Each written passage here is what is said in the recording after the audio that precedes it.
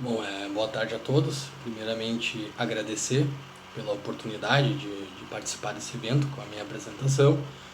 E, em segundo lugar, também parabenizar, evidentemente, os organizadores em razão da organização desse evento, né, que tem uma magnitude, eu imagino que seja bastante complexa. Eu vou ler aqui um texto, né, como minha apresentação, e tendo visto que é um texto meio grande, eu já vou passar para o conteúdo mesmo, para que tenhamos tempo. Tá? Então, eu vou apresentar meu trabalho, né, sob o título de uma crítica à leitura histórico-empírica de Marx à luz do método de O Capital e da filosofia do direito de Hegel. Tá? Minha exposição será organizada da seguinte maneira. Primeiro, eu vou expor minha compreensão dos aspectos metodológicos da filosofia do direito que possibilitam compreender a estrutura geral de O Capital de Marx, uma vez que o próprio Marx explicita sua dívida para com o método hegeliano. Em seguida, exporei minha compreensão da estrutura geral da obra de Marx e, por fim, de que modo essa estrutura se exprime no interior do primeiro modelo abstrativo, denominado por muitos marxistas como modo de produção mercantil simples. Ademais, espero também que essa reflexão acerca dos aspectos metodológicos de Marx, que se vinculam ao método hegeliano, possibilitem constituir um fundamento para uma crítica à leitura histórico-empírica do desenvolvimento categorial em O Capital. O primeiro ponto que temos de considerar aqui é que a filosofia do direito não consiste em uma descrição de uma espécie de modelo ideal de Estado, como se tivesse surgido arbitrariamente das crenças individuais do filósofo alemão, mas sim uma exposição do desenvolvimento lógico dos conceitos que já se encontram realizados na efetividade. Né? Aqui cito Hegel, né, na filosofia do direito, né, quando a filosofia pinta seu cinza sobre o cinza, então uma figura de vida se tornou velha e com cinza sobre cinza ela não deixa rejuvenescer, porém apenas conhecer. Né? A coruja de Minerva somente começa seu voo com a irrupção do crepúsculo. Né? Desse modo, os conceitos desenvolvidos ao longo da filosofia do direito, destacando-se aqui o de estado racional, que resulta desse desenvolvimento como totalidade que suprassume os momentos anteriores, já estão postos na efetividade, tratando-se aquele desenvolvimento, portanto, de uma reconstituição dessa totalidade no âmbito do pensar conceitual. Não um pensar qualquer, né, mas um pensar que apreende a racionalidade já inscrita no mundo. É importante, contudo, ressaltar que a exposição lógica desenvolvida ao longo da filosofia do direito não é tão somente uma descrição dos estados já existentes, tal como postos na mera realidade, mas sim uma constituição, no âmbito do pensar, das condições de realização da vontade livre, de modo que os conceitos e a totalidade que dessa exposição derivam apenas podem referir-se aos estados que se encontram na realidade efetiva. Todavia, a dimensão conceitual da totalidade, que se organiza segundo os princípios da racionalidade inscrita no tempo presente, não se constitui a partir de um procedimento simplório de descrição, né? Mas sim o desenvolvimento lógico dos conceitos assentados no método da razão especulativa. E, como tal, trata-se de um processo de complexificação das condições de realização da vontade livre.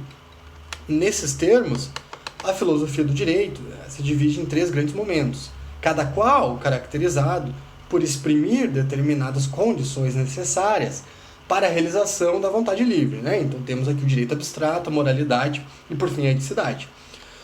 O ponto aqui que pode auxiliar na compreensão de como se estrutura a obra de Marx é o de que essas três esferas necessárias para a realização da vontade livre não são desenvolvidas à maneira de uma mera descrição de como os estados, no nível da realidade, se estruturam, mas sim segundo uma lógica de desenvolvimento em que as esferas e os conceitos mais abstratos, a partir de um desenvolvimento imanente, engendram contradições que impelem para sua suprassunção em conceitos e esferas mais concretos. Trata-se, portanto, de um processo de constituição de uma totalidade, que aqui é do estado racional. Todavia, não se trata de um processo que exprime a gênese histórica dos conceitos ou momentos ou de um desenvolvimento que expressa uma simetria com o processo histórico real. Com isso, claro, não se quer dizer, o que seria insanidade total, que o processo histórico universal não seja tematizado por Hegel. Inclusive, claro, no interior da própria obra, da filosofia do direito, né? O processo da história universal é tematizado mais ao fim, né? E o próprio estado racional, que se inscreve na modernidade, né, resulta de um processo histórico. Contudo, no que tange à estrutura geral da filosofia do direito, a sucessão dos conceitos e momentos não exprime a sua sucessão histórica real, mas sim um desenvolvimento lógico, partindo das determinações mais simples até a totalidade, no interior da qual os conceitos e momentos precedentes se inscrevem através de um processo de complexificação. Sendo assim, quando se adentra no desenvolvimento lógico das determinações da eticidade, culminando na conceitualização do estado racional e do processo histórico universal, não se tem uma eliminação das determinações desenvolvidas anteriormente, né? Mas sim um processo de supra-assunção em que aqueles conceitos e momentos que antes foram investigados de modo abstrato e unilateral tornam-se inscritos como momentos constituintes de uma totalidade em que eles se coadunam de modo a que sejam satisfeitas as condições para a realização da vontade livre, né? Agora eu vou passar para Marx e mais para frente fazer um breve comentário sobre essa relação, né? O primeiro ponto que quero considerar aqui é que o Capital, refiro-me aqui aos 3 livros, segundo minha compreensão, né? O Capital como um todo, é estruturado em torno de 3 níveis de abstração, né? O primeiro nível, que é abarcado pelos 3 primeiros capítulos do livro 1, investiga as determinações gerais do processo de reprodução social assentado na produção mercantil, mas sem que ainda sejam consideradas as determinações do capital. É no segundo nível de abstração, o qual abarca o restante do livro do livro primeiro, da obra de Marx, bem como o livro segundo, que o autor investigará as determinações vinculadas ao processo de produção e circulação especificamente capitalistas. Todavia, nesse segundo nível, o autor expõe as determinações essenciais da reprodução social capitalista, sem considerar ainda toda a complexidade de relações entre os capitais individuais entre si, né?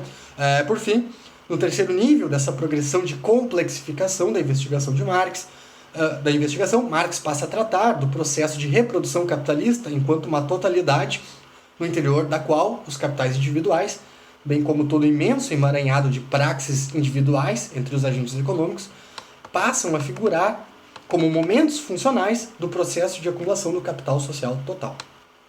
Essa progressão de complexificação não constitui a exposição de uma gênese histórica dos conceitos ou das praxes referenciadas por esses conceitos.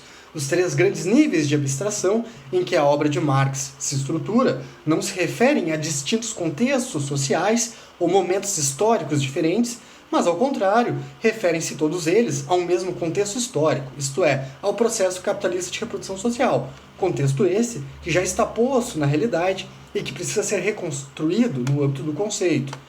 Eu penso que a obra, Contribuição à Crítica da Economia Política, também escrita por Marx, né, contém elementos importantes que nos possibilitam refletir acerca deste aspecto metodológico do filósofo alemão.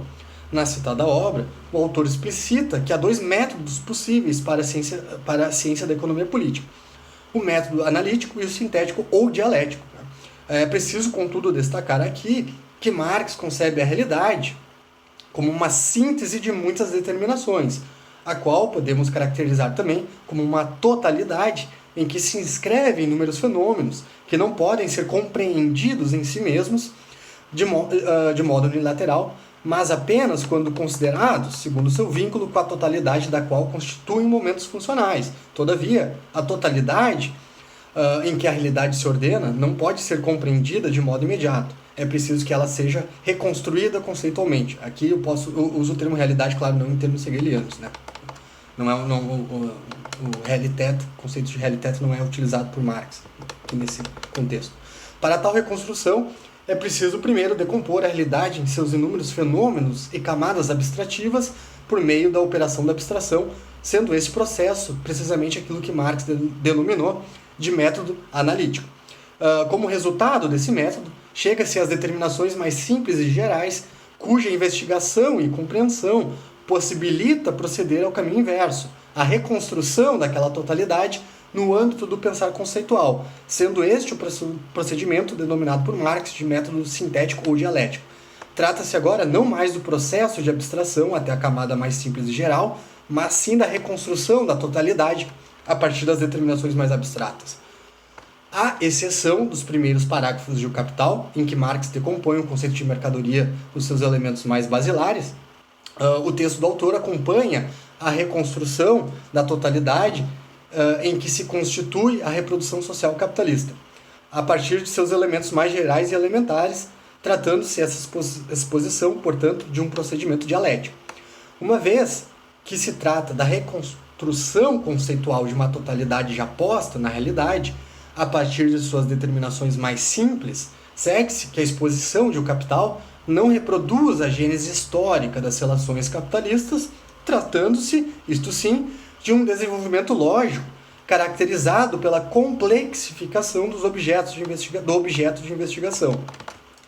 Por conseguinte, a estrutura geral da obra de Marx constitui uma espécie de looping em que o resultado da investigação, a saber, a reprodução social capitalista enquanto totalidade, é o verdadeiro pressuposto, mas que precisa ser reconstruído conceitualmente a partir das categorias mais basilares, de modo que estas últimas são, desde o início, categorias que se referenciam ao contexto da reprodução social capitalista.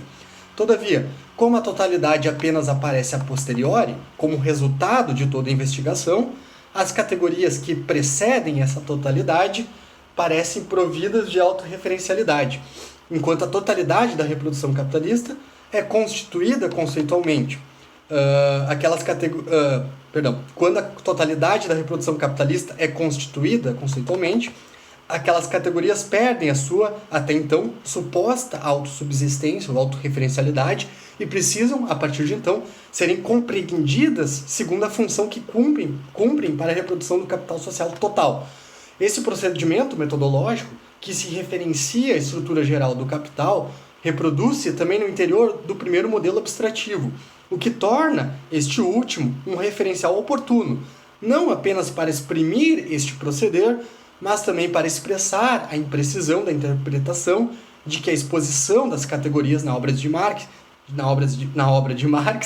teria uma referencialidade histórico-genética ou histórico-empírica, enfim.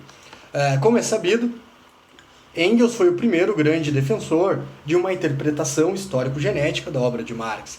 Um dos seus mais destacados textos em que tal interpretação é defendida é o pós-fácil ao livro terceiro de O Capital, em que Engels, no contexto da seu leuma, em torno da transformação dos valores individuais em preços de produção, sustenta que o primeiro modelo abstrativo da investigação de Marx, a que Engels denomina de modo de produção mercantil simples, referenciaria-se a um contexto histórico real, o qual teria não apenas antecedido as relações capitalistas, mas também constituído seu pressuposto histórico.